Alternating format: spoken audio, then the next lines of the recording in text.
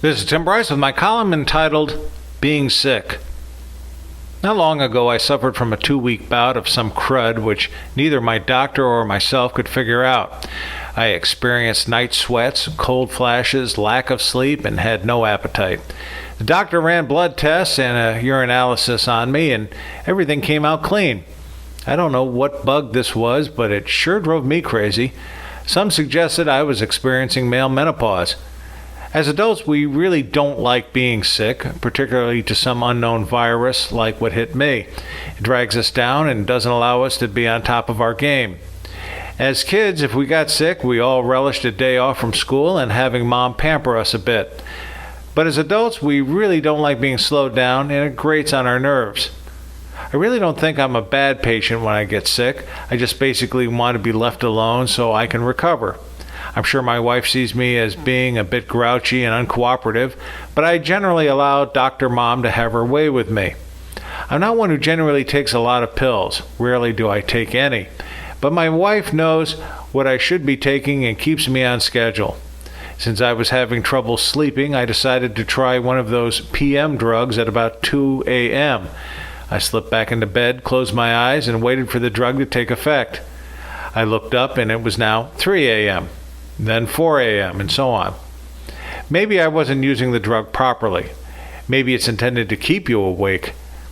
It's hard to have a good demeanor when you're not feeling well, which is why I try to watch comedies on television when I'm sick. I tend to believe humor puts you in the proper frame of mind for getting better.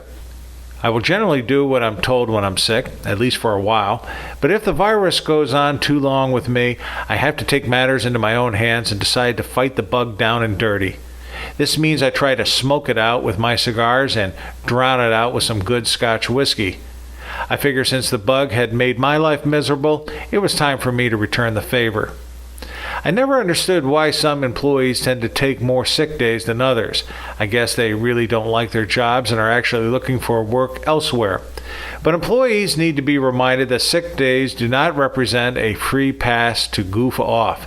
Even in a small company like ours, this started to become a problem. So much so that we told employees to get notes from their doctor. This seemed to kill the problem. Let me close with an old joke about diagnosing an ailment. A man goes to see his doctor complaining of ringing in the ears, spots before his eyes, and shortness of breath. The doctor was at a loss as to the cause of the problem, except that he thought if he removed one of the patient's testicles, that would eliminate the problem. The man thought this was rather an extreme remedy, but after thinking it through, he allowed the doctor to proceed with the operation. Shortly after being released from the hospital, the man started to again experience the same symptoms. Upon revisiting his doctor again, the physician could only suggest removing the remaining testicle. The operation went off smoothly, but unfortunately the man again began to experience ringing in the ears, spots before his eyes, and shortness of breath.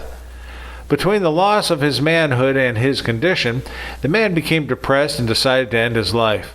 But before doing so, he thought he would like to be buried in a new suit of clothes. This caused him to visit the local tailor, who helped the man pick out an excellent suit. The clerk asked the man if he needed a new belt, tie, and socks, which the man agreed to. The clerk went on to ask if he needed a new shirt, and the man also agreed to it. The clerk found a shirt that matched the suit nicely. "What size shirt do you wear?" the clerk asked. "Size 15, the man answered. "That doesn't sound right," the clerk said, and he measured the man. "You should be wearing a size 18. "Nonsense. I've always worn a size 15, the man fired back. "Sir, I'm sorry, but if you're wearing a size 15, you're probably experiencing ringing in the ears, spots before your eyes, and shortness of breath." Friends, keep the faith.